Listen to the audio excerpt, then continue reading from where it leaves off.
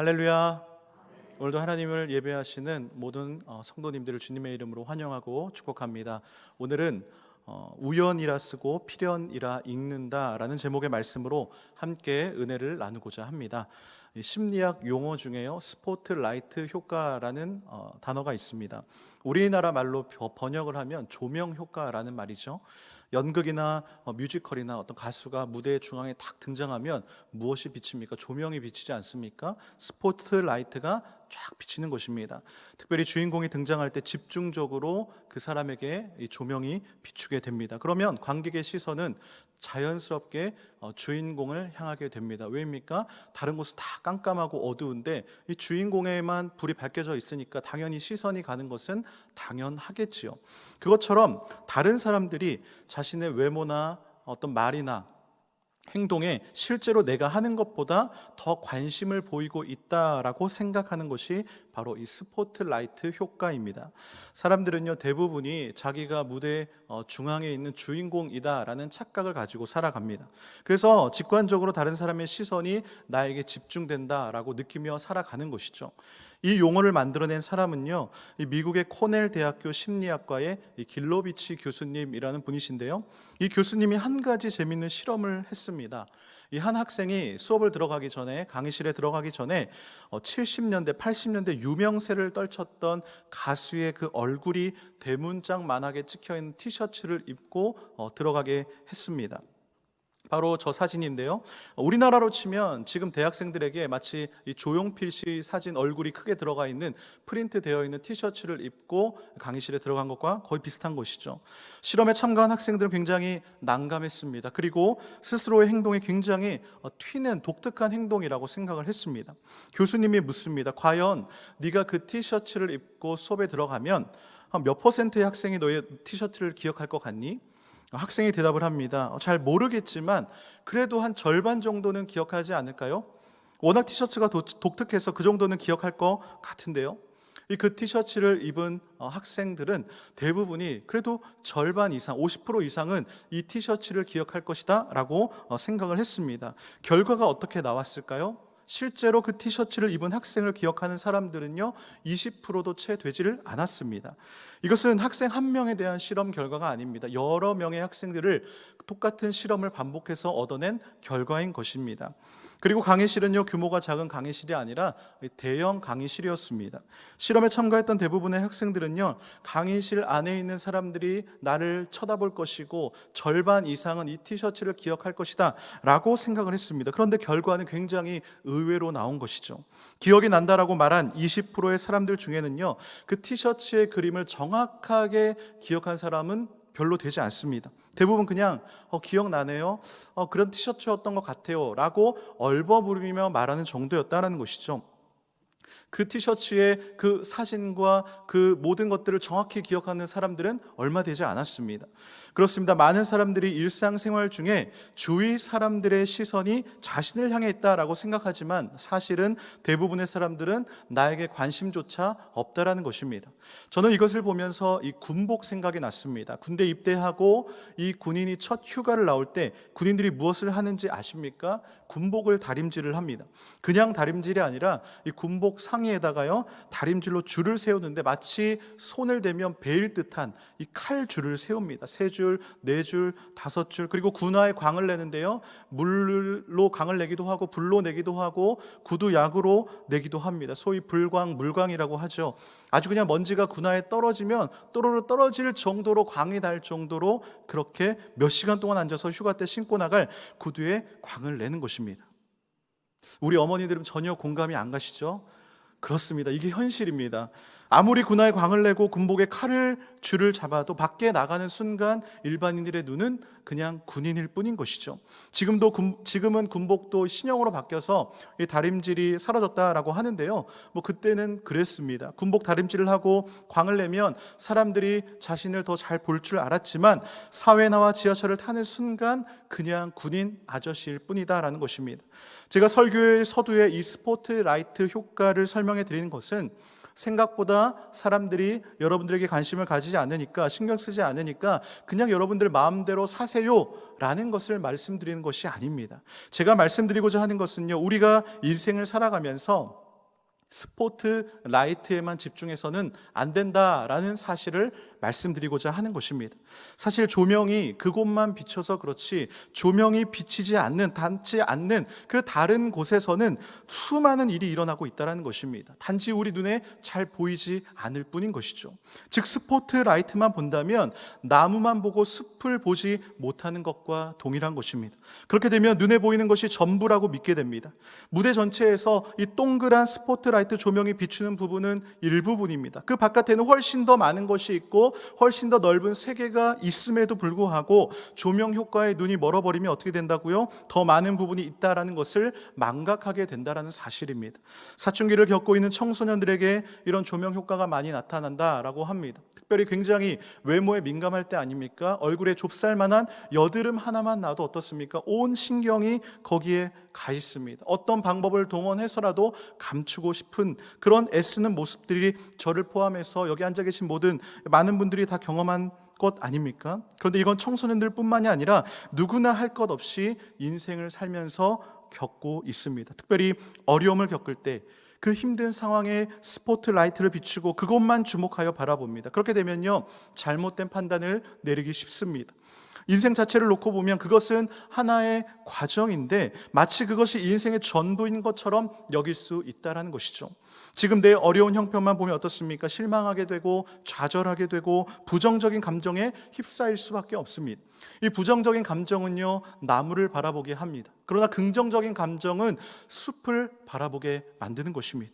그렇다면 우리는 긍정적인 감정을 가져야 하는 것 아닙니까? 이 긍정적인 감정 어떻게 가질까요? 바로 삶의 주관자가 되시는 하나님을 생각해야 하는 것입니다.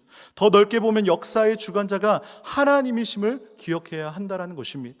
역사는 사람이 만드는 것 같지만 실제로 역사를 주관하시는 분은 하나님이십니다. 하나님이 운행하시고 움직여 가시는 것입니다.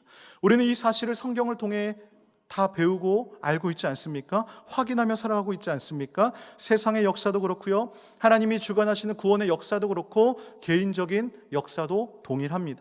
왜입니까? 하나님은 세상의 창조주이시요 시간의 주관자이시기 때문인 것이죠.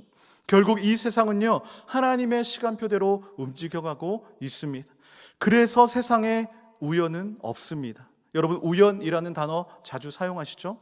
국어사전에 우연이라는 단어의 뜻을 보니까 아무런 인과관계가 없이 뜻하지 않게 일어난 일이라고 정의를 합니다. 길을 가다가 우연히 아는 사람을 만났습니다. 우연히 여기서 만났네? 라고 우리는 이야기를 합니다. 우린 주로 만남에 이런 단어를 자주 쓰지요. 우연히 스치듯이 만났다. 우연히 회사에서 어떤 프로젝트를 맡게 되었다. 우연히 채용이 되었다. 우연히 오래된 옛 일기장을 발견하였다. 이런 우연들 살면서 한 번쯤 경험해보지 않으셨습니까? 이뿐만 아니라 이 우연이라는 단어는 우리의 삶의 전반적인 모든 영역에 걸쳐서 적용되어질 수 있는 것입니다. 그렇다면 여기서 질문을 한 가지 드려보겠습니다. 우리는 우연히 태어난 것일까요? 하나님을 믿는 크리스천이라면 당연히 아니라는 것을 아실 것입니다. 세상 사람들은 우연이라는 말을 사용을 합니다. 그런데 하나님을 믿는 자녀들은요, 사실 이 우연이라는 말을 쓰면 안 되는 것입니다. 하나님의 사전에 우연은 없습니다. 우리는 우연히 이 세상에 태어난 것이 아닙니다. 우리의 삶이 우연히 이 세상에 존재하는 것이 아닙니다. 우리는 어떻게 이 세상에 태어나게 된 것입니까? 바로 하나님의 계획 안에 예정되어 있었기에 태어난 것입니다. 시편 139편 16절은 우리에게 이렇게 말씀합니다. 나의 형질이 갖추어지기도 전부터 주님께서는 나를 보고 계셨으며 나에게 정하여진 날들이 아직 시작도 되기 전에 이미 주님의 책에 다 기록되었습니다. 그렇습니다. 우리가 태어나고 존재하게 된 것, 그것은 바로 하나님께서 이미 계획하셨기 때문인 것이죠. 우리는 그것을 하나님의 예정이라고 부릅니다. 우리가 방금 16절을 읽었는데요, 바로 위에 15절도 한번 읽어드리겠습니다. 은밀한 곳에서 나를 지으셨고 땅속 깊은 곳 같은 저 모태에서 나를 조립하셨으니 내 뼈 하나하나도 주님 앞에서는 숨길 수 없습니다. 아멘. 모든 것이요 하나님의 손에 의해 만들어졌습니다. 그분 앞에서는 숨길 것도 없고 숨길 수도 없습니다. 그렇다면 하나님이 인간만 만드셨습니까? 아니죠. 온 우주 만물, 모든 피조물들을 그분의 손으로 만드신 것입니다. 그렇다면 하나님이 그 모든 피조물들을 만들고 쉬고 계십니까? 아니죠. 당신이 만든 모든 만물을 보존하시고 통치하시고 협력하고 계십니다. 그렇기 때문에 세상에 우연이란 없는 것입니다. 즉 우연이 아니라 하나님의 필연인 것이죠. 이것을 우리는요 하나님의 섭리라고 부릅니다. 이 하나님의 섭리는요 우리의 삶의 전 영역에 걸쳐 일어납니다. 하나님은 피조물들을 만들어 놓고 그냥 양팔 끼고 그냥 방치해 놓지 않으십니다. 끊임없이 간섭하시고 당신의 뜻에 맞도록 보존하시고 통치하고 계십니다. 우리는요 누군가를 우연히 만난 것이 아닙니다. 하나님께서 만나게 하신 것입니다. 우연히 어떤 일이 벌어진 것이 아닙니다. 그리스도인이라면 모든 것을 우연으로 받아들이는 것이 아니라 하나님의 섭리로 받아들여야 하는 것입니다. 우리가 살면서 겪는 모든 우연은요 하나님의 필연입니다. 그래서 오늘 설교의 제목을요 우연이라 쓰고 필연이라 읽는다로 정하였습니다. 그리스도인에게 주어진 구원이나 선물은요 이미 예정된 필연입니다. 그래서 우리가 세상을 살아갈 때 어떤 상황들을 우연이 아닌 이 필연으로 받아들이는 것이죠. 우리는 성경을 통해 이것을 명확히 알 수 있는데요 오늘 본문의 말씀도 우연을 가장한 하나님의 필연, 그 섭리의 사건을 다루고 있습니다. 오늘 본문을 다루기 전에 이 전체적인 스토리를 한번 파악해 볼 필요가 있습니다. 열왕기 상하, 역대 상하를 보시면 아시겠지만 다윗을 이어서 솔로몬이 왕이 되고 이스라엘 나라가 둘로 갈라지고 남쪽과 북쪽의 왕들이 쭉 나열이 되고 북이스라엘이 먼저 망하고 그리고 남유다가 이어서 망하는 스토리로 쭉 이어지게 됩니다. 그리고 역대하 마지막 장 마지막 절은 이렇게 마무리가 됩니다. 역대하 마지막 장 36장 마지막 절 22, 23절의 말씀입니다. 바사의 고레스 왕 원년에 여호와께서 예레미야의 입으로 하신 말씀을 이루시려고 여호와께서 바사의 고레스 왕의 마음을 감동시키심에 그가 온 나라에 공포도 하고 조소도 내려 이르되 바사 왕 고레스가 이같이 말하노니 하늘의 신 여호와께서 세상 만국을 내게 주셨고 나에게 명령하여 유다 예루살렘의 성전을 건축하라 하셨나니 너희 중에 그의 백성된 자는 다 올라갈지어다. 너희 하나님 여호와께서 함께 하시기를 원하노라 하였더라. 아멘. 그렇습니다. 영원할 것 같았던 바벨론 제국이요 망하고 페르시아가 새로운 패권의 주자로서 역사의 전면에 나서게 됩니다. 그 페르시아 제국을 창건했던 고레스 왕이 온 나라에 무엇을 공포합니까? 유대인들의 기환과 동시에 성전을 재건하라라는 것이죠. 그리고 이어지는 에스라 1장 1절과 2절은 이 말을 이어받아 이렇게 기록되고 있습니다. 바사왕 고레스 원년에 여호와께서 예레미야의 입을 통하여 하신 말씀을 이루게 하시려고 바사왕 고레스의 마음을 감동시키심에 그가 온 나라에 공포도 하고 조소도 내려 이르되 바사왕 고레스는 말하노니 하늘의 하나님 여호와께서 세상 모든 나라를 내게 주셨고 나에게 명령하사 유다 예루살렘의 성전을 건축하라 하셨나니 아멘. 마치 데자뷰 같지 않습니까? 역대하 마지막 부분과 거의 비슷합니다. 이 스토리가 이어지고 있는 것이죠. 바벨론은 남유다를 멸망시킵니다. 1차 포로, 2차 포로, 3차에 걸쳐서 포로를 끌고 가고 예루살렘 성전과 성벽을 전부 다 불태워 버립니다. 바벨론은 이스라엘 백성들을 노예로 만듭니다. 이들을 노예화시켜서 이제 바벨론이란 나라가 잘 운영되는가 싶었는데 바벨론이 70년 만에 망해버리는 것이죠. 이제 새롭게 새 제국의 주인 페르시아가 등장하는 것입니다. 페르시아를 창건한 왕은 우리가 방금 읽었던 말씀에 등장하는 이 고레스라는 왕입니다. 그가 페르시아 즉 바사의 왕이 되고 한 정책 무엇이냐? 예루살렘 사람들 유대인들을 다시 귀환시키는 것입니다. 1차로 스룹바벨을 총독으로 세우고 약 5만 명에 가까운 사람들이 복귀를 합니다. 그리고 다음 2차로 에스라와 같은 똑똑한 학자를 포함해서 약 1,700여 명가량을 다시 보내고 마지막 3차로 느헤미야를 포함해서 많은 사람들을 이제 보내게 되는 것이죠. 즉 페르시아는 이렇게 역사적으로 예루살렘의 회복에 큰 역할을 하게 됩니다. 이런 이야기를 바탕으로 에스라서 1장부터 10장까지의 이야기를 역사의 흐름으로 읽으면 이해에 도움이 되는 것이죠. 그렇다면 에스라서에서는 어떤 스토리가 나오게 될까요? 당연히 성전 재건 이야기가 등장하겠죠. 고레스 왕이 유대인들을 돌려보낸 이유가 무엇입니까? 가서 너희의 성전을 다시 세우라는 것 아닙니까? 그래서 에스라서 1장부터 4장까지는 성전을 재건하는 이야기가 나타나게 됩니다. 그런데 그것이 쉽지 않아서 머뭇거리자 학계 스가랴 선지자가 나타나 성전 재건을 독려하게 되고 그들의 재건의 독려를 받아서 에스라 5장과 6장에선 드디어 이 성전이 재건된다는 놀라운 이야기입니다. 오늘 제가 주목하고 싶은 것은요, 바로 성전 재건이 중단된 상태에서 어떤 하나님의 섭리로 성전 공사가 다시 시작되고 성전이 재건되었는가라는 이 부분입니다. 그럼 먼저 성전 재건이 중단된 배경을 간략히 설명드리겠습니다. 다시 고국으로 돌아온 유대인들이 성전을 지으려고 하자 방해꾼이 등장합니다. 인근에 살고 있던 사마리아인들이요, 자신들도 성전 짓는 일에 껴달라고 합니다. 같이 짓자라는 것이죠. 사마리아인들도 하나님을 섬기긴 했지만 그들은 사실 우상 숭배자였던 야스루 사람들과 혼혈된 자손들이었습니다. 그래서 유대인들은 이들의 제안을 거절해 버립니다. 이렇게 되자 사마리아인들이 조직적으로 이 성전 재건을 방해하는 것이죠.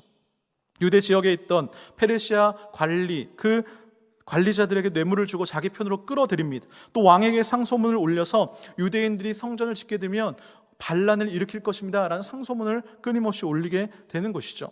그때쯤 안타깝게도 고레스 왕이 죽고 이 고레스 왕을 이어서 된 후대 왕들로부터 이 고레스 왕의 칙령이 서서히 잊혀져 갑니다. 이에 사마리아인들의 상소문은 정치적인 이유로 받아들여지게 되고 마침내 이 성전 재건은 중단되게 되는 것이죠. 그리고 10여 년의 세월이 흐릅니다. 세월이 흐를수록 선조 고레스 왕을 모르는 이 후대 왕들이 이제 왕을 차지하게 되는 것이죠. 성전 건축이 점점 더 어려워지게 됩니다. 이때 하나님께서 성전 재건의 새 바람을 불러 일으키기 위해 부르신 사람이 누굽니까? 바로 학개와 스가랴 선지자인 것이죠. 그래서 학개 스가랴를 읽으실 때는 이 에스라서의 내용이 밑바탕에 깔려 있으면 이해하는 데 큰 도움이 되는 것입니다. 아무튼 이들 선지자들이 전한 하나님의 말씀으로 성전 건축이 다시 재개됩니다. 성전 건축이 다시 시작되었다라는 소식을 듣고 당시 그 지역을 관리했던 이 다뜨네라는 총독이 여러 관리들을 데리고 현장을 방문을 합니다. 어떻게든 트집을 잡아서 중단시키겠다라는 것이죠. 누구의 허락으로 성전 건축을 하는 것이냐, 주동자가 누구냐라고 묻습니다. 그럼 위협 속에서 유대인들이 당당히 이야기를 합니다. 우리는 고레스 왕의 허락을 받은 일을 지금 하고 있는 거다. 의심스러우면 너희 중앙 정부에 가서 한번 물어봐라. 당장 공사를 멈출 생각으로 찾아갔는데 이렇게 나오니까 어떻게 합니까? 총독 다뜨네와 관료들이 그냥 돌아갑니다. 그리고 당시 페르시아 제국을 통치하고 있던 이 다리오 왕에게 상소문을 올리고 회신을 기다리는 내용이 바로 에스라 5장입니다. 오늘 본문 바로 전이죠. 에스라 5장 마지막 절 17절의 말씀을 제가 표준세 번역으로 읽어드리겠습니다. 아레옵기 황송하오나 임금님께서 바벨론의 왕실 문고 창고를 살펴보시고 정말 고레스 왕께서 예루살렘에다가 하나님의 성전을 다시 지으라고 칙령을 내리신 적이 있는지 알아보시는 것이 좋겠습니다. 그런 다음에 이 일을 어떻게 하면 좋을지를 결정하시고 일러주시기 바랍니다. 그리고 오늘 읽은 본문으로 이어지는 것이죠. 6장 1절과 2절입니다. 이에 다리오 왕이 조서를 내려 문서창고 곧 바벨론의 보물을 쌓아오던 보물정각에서 조사하게 하여 메대도 앙메다 공성에서 한 두루마리를 찾았으니 거기에 기록하였으되. 다리오 왕이 편지를 받고 어떻게 합니까? 찾게 시키는 것이죠. 왕실 문서를 보관하는 보물정각을 조사하도록 시킵니다.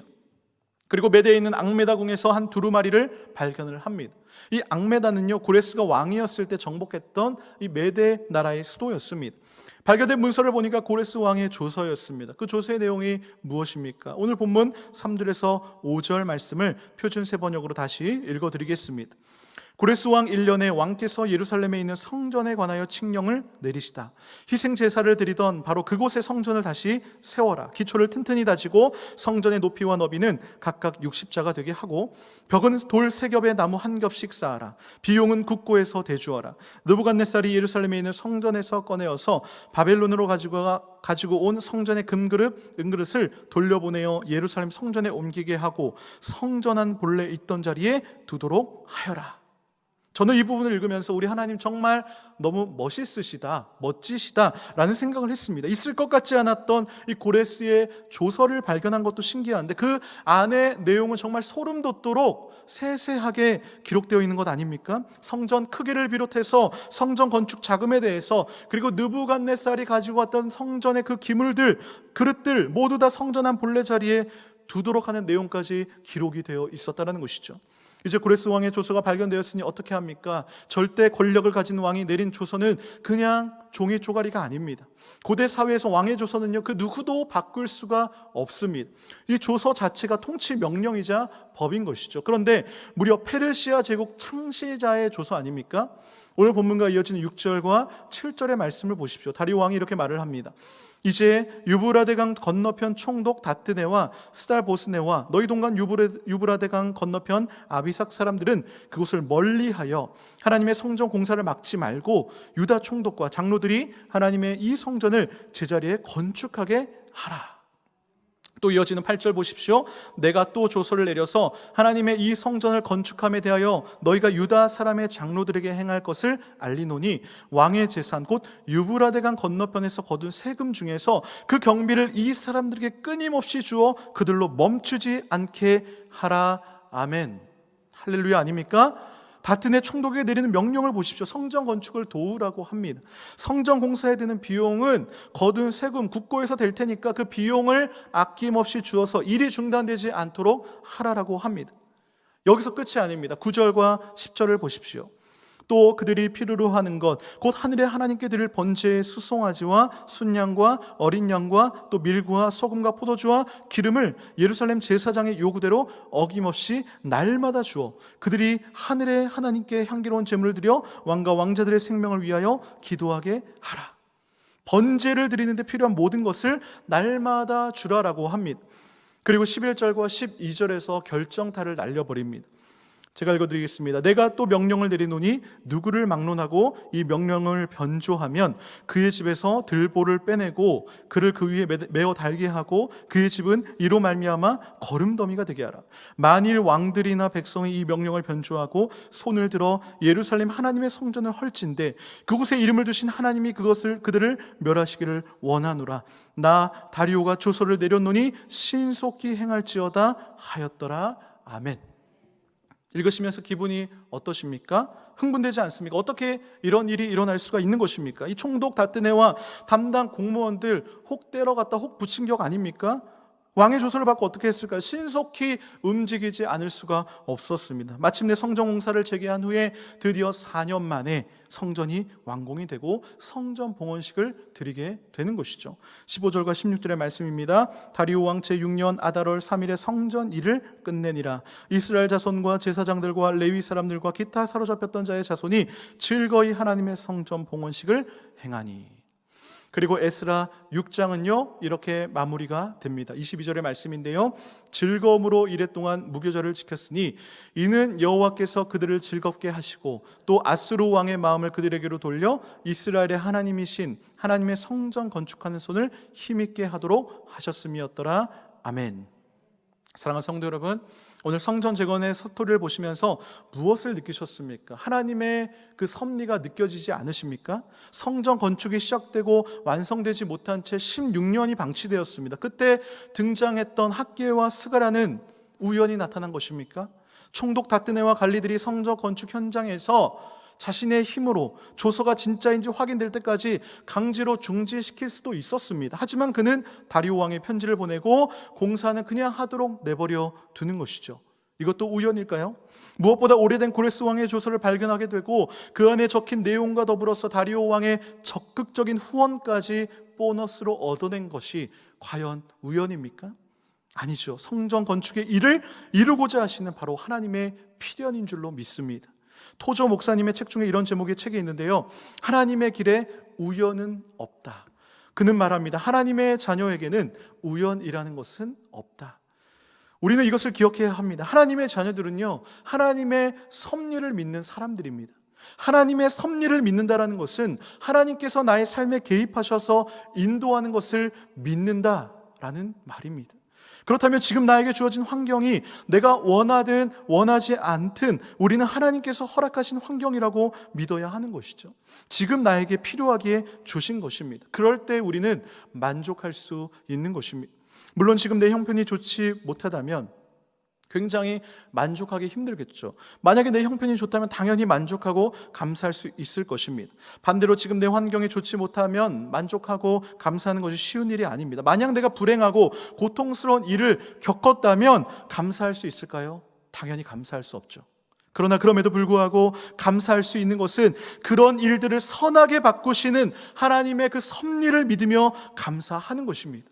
즉 역설적인 감사인 것이죠. 하나님께서 나에게 허락하신 상황이라면 우리는 만족할 수 있어야 합니다. 만족을 넘어서 감사할 수 있어야 합니다. 그 감사는 불행한 상황을 역전시킬 바로 하나님의 섭리에 대한 감사인 것입니다. 하나님은요, 불행한 사건이나 일들을 섭리하는 분이 아니십니다. 더욱이 하나님은 악을 조장하는 분도 아니십니다. 그것은 하나님의 성품과 맞지 않습니다. 하나님은요, 불행한 일을 통해서 더 선한 일이 일어날 수 있도록 섭리하시는 분이십니다. 무슨 일이든지 무슨 환경이든지 하나님의 손길이 닿는다면 하나님은 그것을 선하게 바꾸실 수 있는 분이심을 믿으시기를 바랍니다. 조금 전에 읽었던 에스라 6장 22절의 말씀을 다시 보면요, 이스라엘의 하나님이신 하나님의 성전 건축하는 손을 어떻게 했다고요? 힘있게 하도록 하셨다. 여기서 의미 있는 구절이 무엇입니까? 하나님이 성전 건축하는 손을 힘있게 하셨다는 거예요. 그런데 앞선 에스라 4장 4절은 이렇게 기록하고 있습니다. 이로부터 그 땅 백성이 유다 백성의 손을 약하게 하여 그 건축을 방해하되, 사마리아인들은요 성전의 건축을 방해합니다. 그런데 보니까 유다 백성들의 손을 약하게 하여라고 말씀합니다. 굉장히 대조적 아닙니까? 그렇습니다. 사단 마귀는요 하나님의 일을 방해합니다. 하나님의 자녀들의 손을 약하게 합니다. 하나님이 하나님의 자녀들의 마음을 약하게 합니다. 숲을 보지 못하게 하는 것입니다. 그러나 그 일이 하나님의 손 위에 올려진다면 하나님께서는 당신의 자녀들의 손을 힘있게 하시는 것입니다. 마음을 강하게 하시는 것입니다. 그래서 중요한 것은 어떠한 형편과 환경과 상황 가운데 있든지 하나님을 향한 우리의 믿음이 흔들리지 않는 것입니다. 이 땅에서는 비록 악인이지만 형통할 수도 있고 의인이지만 고난받을 수도 있습니다. 우리는 하나님의 길에 우연이 없다라는 하나님의 섭리를 믿고 우리는 그냥 삶의 여정을 걸어가는 것입니다. 하나님의 섭리를 믿는다라는 것은 하나님이 나보다 앞서 일한다라는 것을 믿는 것입니다. 우리는 우리의 앞길을 한 치 앞도 모르지만 길 대신 우리 주님께서 우리의 앞길을 인도하신다라는 것을 믿는 것입니다. 그렇기 때문에 우리의 만남뿐만 아니라 우리의 모든 삶의 여정은 필연인 것입니다. 믿으십니까?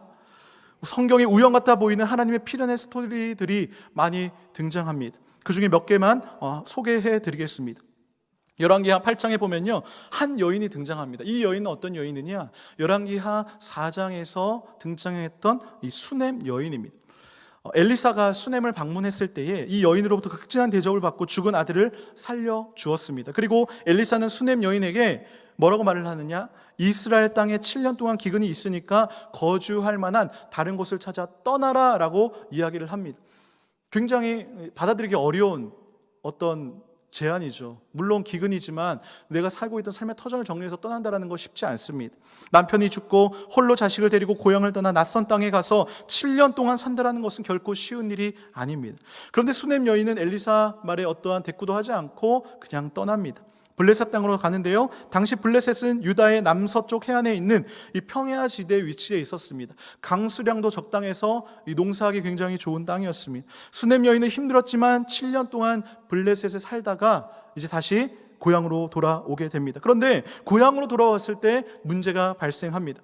이 수넴 여인이 블레셋에 가 있는 동안 자신이 살고 있던 땅에 다른 사람이 그 모든 것들을 점유하고 있었던 것이죠. 그래서 수넴 여인이 다시 집과 땅을 찾기 위해 이 왕을 찾아갑니다. 상소를 호소를 하기 위해 가는 것이죠. 가긴 가지만 마음 한편은 어떻습니까? 일이 어떻게 될지 모르는 것이죠. 일이 엉뚱하게 꼬일 수도 있는 것 아닙니까?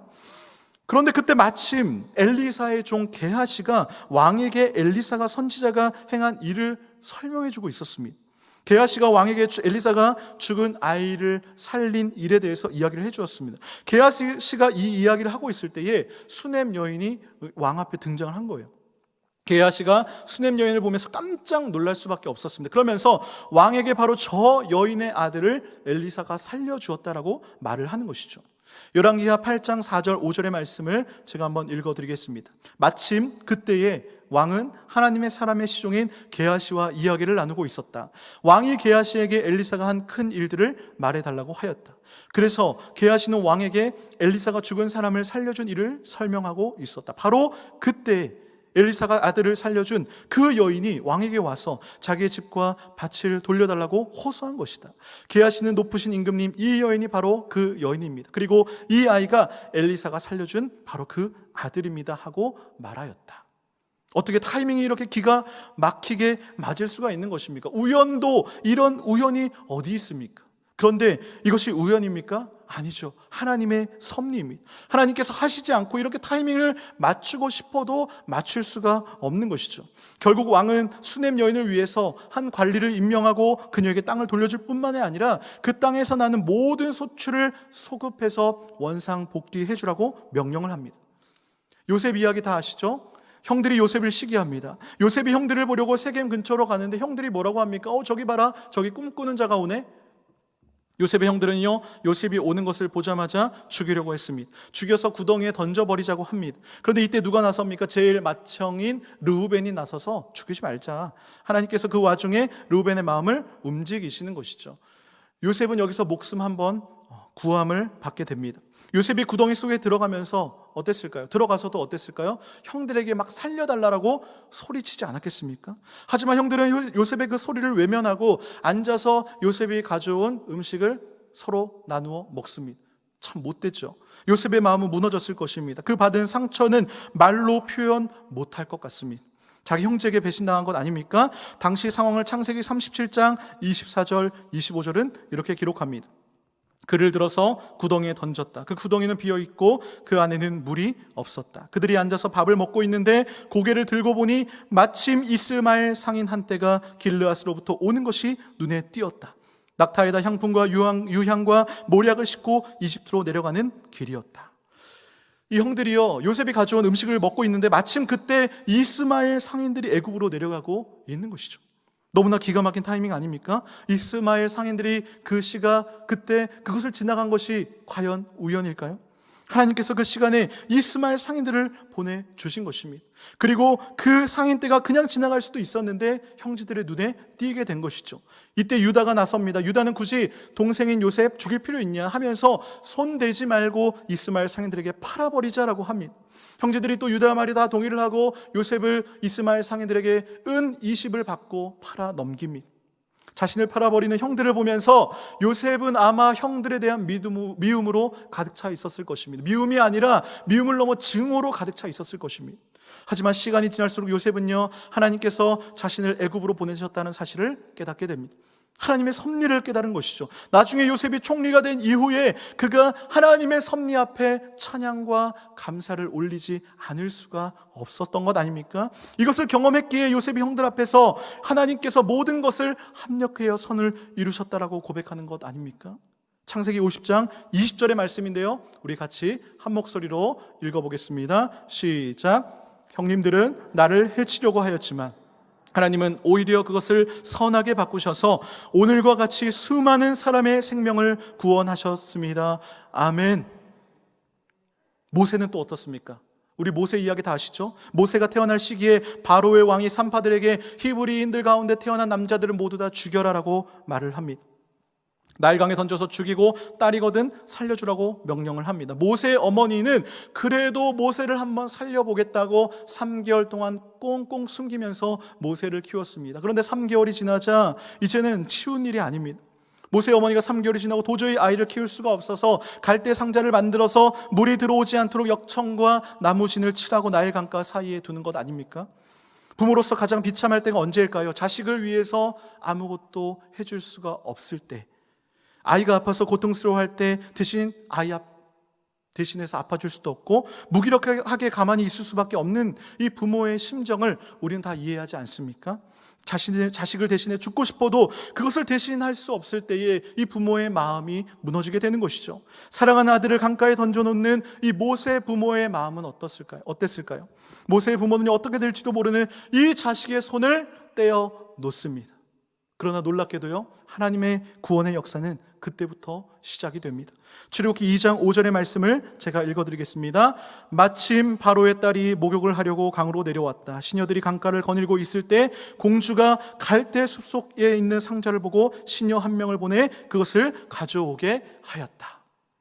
아니, 하필 마침 그때 왜 바로 왕의 딸이 그곳으로 목욕을 하러 온 것입니까? 그 많은 날 중에, 그 많은 시간 중에 모세의 어머니가 도저히 어떻게 할 수가 없어서 하나님께 다 맡겨버리고 눈을 질끈 감고 모세를 떠나 보냈을 때 바로의 딸이 그곳에서 목욕을 하고 있는 것입니까? 우연도 이런 우연이 어디 있습니까? 하나님께서는요, 목욕하러 나온 바로의 딸이요 그 갈대 상자를 발견하게 하십니다. 상식적으로 생각하면요, 모세는 이제 죽은 목숨입니다. 누구의 딸입니까? 바로 왕의 딸 아닙니까? 누구보다 아빠의 명령을 실행해야 될 그 딸. 그런데 하나님께서 바로 공주를 불쌍하게 여기는 마음을 주셔서 그 아이가 히브리인의 아이라는 것을 알면서도 물에서 건져내게 하시고 키우게 하시는 것입니다. 이렇게 하나님께서는 정말 생각지도 못한 사람을 통해서 하나님의 사람들을 보호하시고 지키시는 것이죠. 사랑하는 성도 여러분, 우리는요, 이것을 꼭 기억해야 합니다. 중요한 것은 스포트라이트를 받고 있는 상황이 아닙니다. 그 이면에서 일을 행하고 계시는 하나님의 손길을 바라봐야 하는 것입니다. 하나님의 백성들은요, 하나님의 섭리를 믿는 사람들입니다. 하나님의 섭리의 관점에서 사건을 바라보고 해석하면 나오는 반응이 무엇입니까? 감사입니다.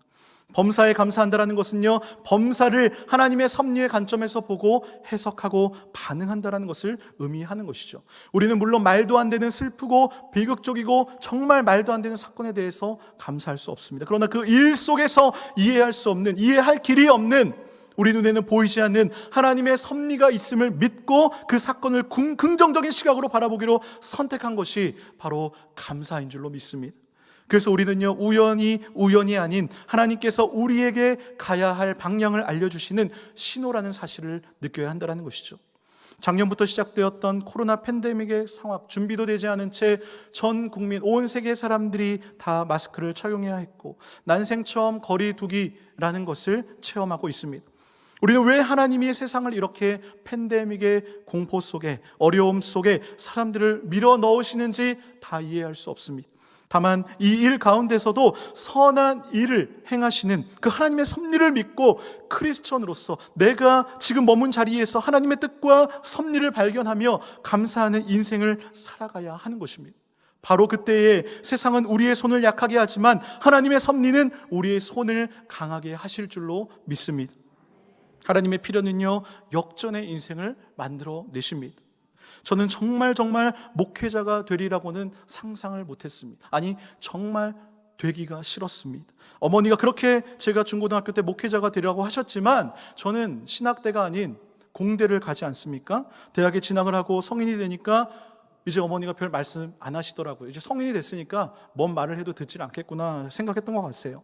컴퓨터 공학을 전공을 하면서 우연히 좋은 교수님과 이 팀원들을 만나서 정말 이 구글과 애플과 같은 이 창업을 꿈꾸며 준비했습니다.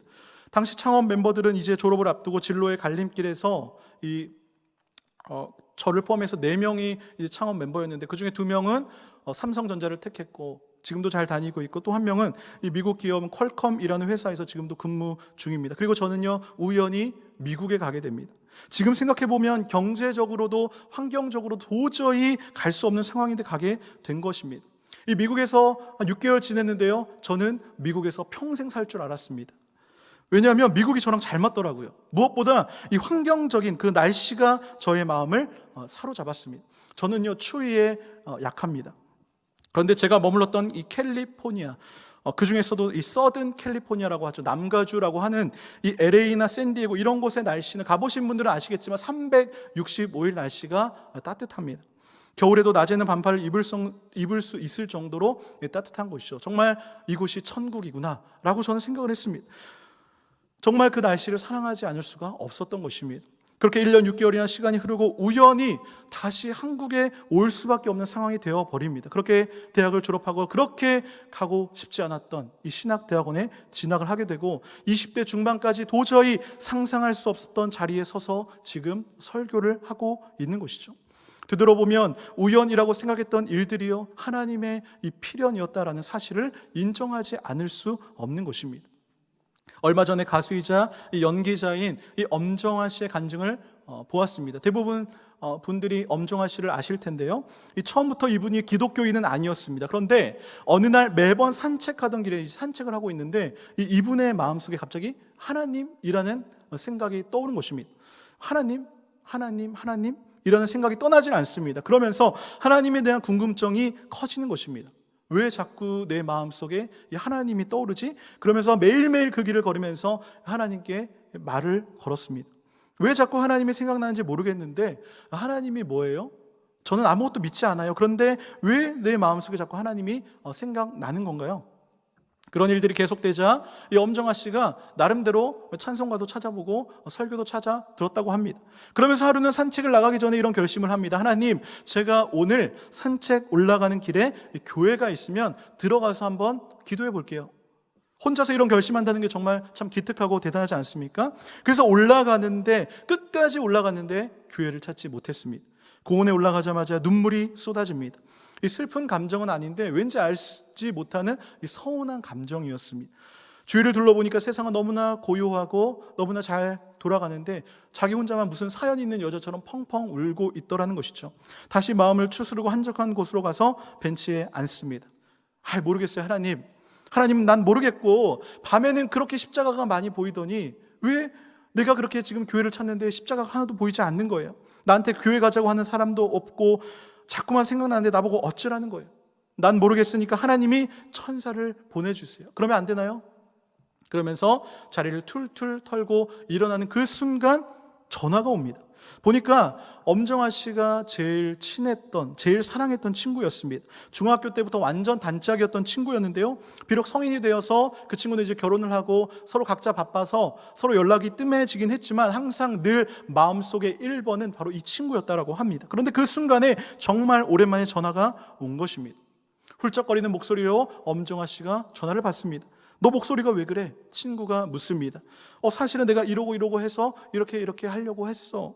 엄정아 씨가 자신의 상황을 설명을 합니다. 그러자 그 친구가 기절할 듯이 놀라면서 너가? 라고 대답했다고 합니다. 왜냐하면 이 친구는 엄정아 씨를 너무나 잘 알고 있었던 것입니다. 도저히 하나님을 믿을 수 없는, 믿음이 생길 것 같지 않았던 그런 친구였습니다. 그런 사람이 지금 하나님 이야기를 하고 있으니까 놀라지 않을 수 없는 것이죠.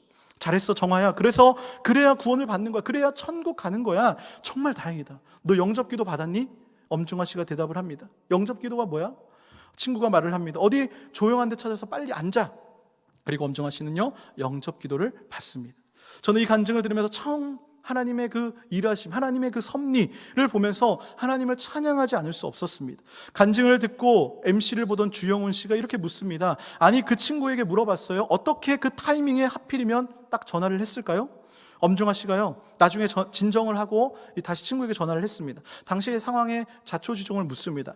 그 당시 친구는 대전에 있는 한 교회에 있었습니다. 자기가 섬기던 교회였겠죠. 그런데 교회에 있는데 괜히 오랜만에 내 친구 정화에게 전화를 하고 싶더라는 것입니다. 그런데 교회에서 하는 것이 아니라 집에 가서 전화를 하고 싶더라는 것이죠. 그래서 집에 도착해서 전화를 했는데 서울에 있던 엄정아 씨의 타이밍과 딱 맞아 떨어진 것이죠. 교회를 찾지 못해서 속상해하면서 울면서 천사를 보내달라고 했던 그 순간에 전화가 온 것입니다.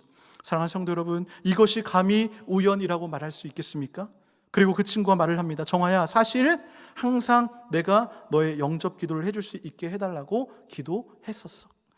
하나님은요, 하나님의 때에 그 친구의 기도에 응답을 하셨고 하나님의 섭리 일하심이 우연처럼 엄정아 씨에게 찾아온 줄로 믿습니다. 우리의 생사 화복을 주관하시고 역사의 주관자 되시는 하나님을 믿습니다. 작년이죠. 2020년 한 해 동안 미국에서 가장 많이 불린 찬양이 무슨 곡인지 아십니까? 우리들에게는 아직 조금 생소한 곡인데요, 웨이메이커라는 곡입니다. 우리나라도 작년부터 한글 가사로 번역을 해서 많은 찬양팀들이 부르기 시작했는데 이 제목을 번역하자면 길을 만드시는 주라는 곡입니다. 이 곡이요, 작년 3월에 미국에서 정말 코로나 환자가 급증할 때에 시작하면서부터 급격하게 인기를 끌은 곡인데요, 가사 후렴구가 굉장히 단순합니다. 가사가 이렇습니다. 그는 세계를 만드시는 주, 큰 기적을 행하시는 주, 그는 나의 하나님, 약속을 이루시는 주, 어둠 속에 빛이 되시네, 그는 나의 하나님. 그렇습니다. 하나님은요, 하나님의 섭리는 새 길을 만드시고 약속을 이루십니다. 코로나로 모든 사람들이 힘들고 어려운 터널을 통과하고 있는 이때에 정말 전 세계적으로 이 시대에 합력하여 선을 이루시는 하나님의 섭리를 믿는 이 찬양을 통해서 어려움을 이겨내고 있는 것 아닙니까? 혹시 이 가운데 지금 내가 겪고 있는 상황에 온통 스포트라이트를 비추면서 우연히 찾아온 나의 슬픔과 고통과 고난에 좌절하고 그 환경을 원망하고 하나님을 원망하고 계신 분이 혹시 계십니까?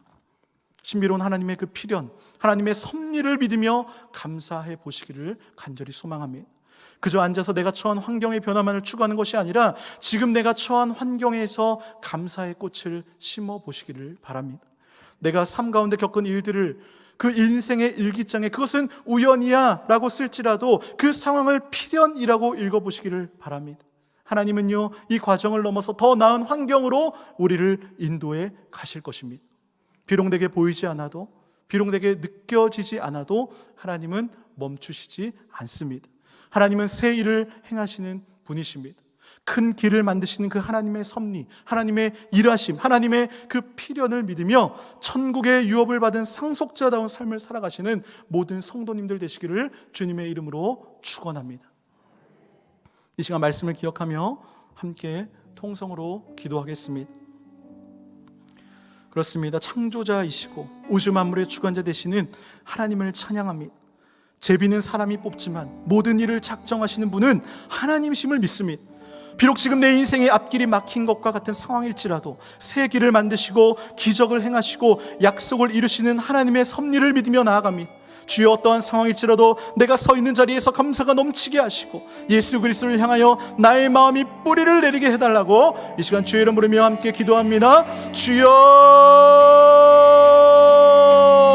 사랑의 하나님 감사합니다. 그렇습니다. 우리의 모든 만물의 주관자가 되시고 우리를 창조하시고 나를 만드신 하나님의 그 섭리를 믿으며 나아갑니다. 하나님께서 우리의 손을 강하게 하실 줄로 믿습니다. 세상 사단 마귀가 우리의 마음을 약하게 하고 나의 손을 약하게 하고 나의 모든 일들을 약하게 할지라도 하나님의 손이 닿는 그 순간 내가 강하여지고 하나님께서 나의 손을 강하게 하실 줄로 믿습니다. 하나님께서 새 길을 만드시고 큰 길을 이루시고 큰 기적을 이루시는 하나님을 믿으며 나아가미 주님, 나에게 찾아온 그 모든 우연이 아니라 하나님께서 나에게 주신 그 필연인 줄로 믿으며 나아가오니 주님께서 역사하여 주시옵소서. 주님, 내가 어떠한 상황에 처할지라도 내 마음에 감사가 넘쳐 흐르게 하시고 내가 무슨 일을 당하든지 간에 내가 세상을 향하여 뿌리를 내는 것이 아니라 나의 마음이 예수 그리스도를 향하여 뿌리를 깊게 내리게 하여 주시옵소서. 주님, 그리하여서 성령의 열매를 맺는 삶이 되게 하시고 하나님께서 역사하시는 아버지, 하나님께서 바라시는 아버지 모든 일을 통하여 영광 받으시는 하나님의 그 천국의 유업을 받은 상속자로서 이 세상을 당당하게 믿음으로 살아갈 수 있도록 역사하여 주시옵소서. 주님, 코로나 팬데믹으로 인하여 너무나 약해져 있는 한국교회 성도들이 다시 한 번 더 일어나게 하여 주시고 아버지, 전지전능하신 하나님의 놀라운 섭리를 믿으며 끝까지 나아갈 때에 이 모든 일을 이겨내게 될 줄로 믿사오며 나의 개인적인 모든 문제들도 하나님의 놀라운 은혜 가운데에 하나님께서 역사할 줄로 믿으며 우리가 끝까지 포기하지 않고 하나님만을 붙들며 나아갈 수 있도록 주여 은혜의 은혜를 내려 주시옵소서. 하나님, 그렇습니다. 하나님은 약속을 이루시는 분이요 새 길을 만드시는 주시요 큰 기적을 행하시는 분이심을 믿습니다. 우리는 하나님의 놀라운 섭리를 모두 다 이해할 수는 없습니다. 그러나 지금도 하나님은 일하고 계심을 믿습니다. 내가 만난 사람들, 내가 겪은 일들이 우연이 아닌 하나님의 필연으로 받아들이게 하여 주시옵소서. 하나님의 섭리의 관점에서 환경을 바라보게 하시고 창조적 능력으로 모든 일을 합력하여 선을 이루시는 하나님을 찬양하게 하여 주시옵소서. 비록 사단 마귀가 하나님의 일을 방해하고 우리의 손을 약하게 할지라도 우리를 지키시며 보호하시며 우리의 손을 강하게 하실 하나님을 믿으며 이 모든 말씀 예수님의 이름으로 간절히 기도드립니다. 아멘.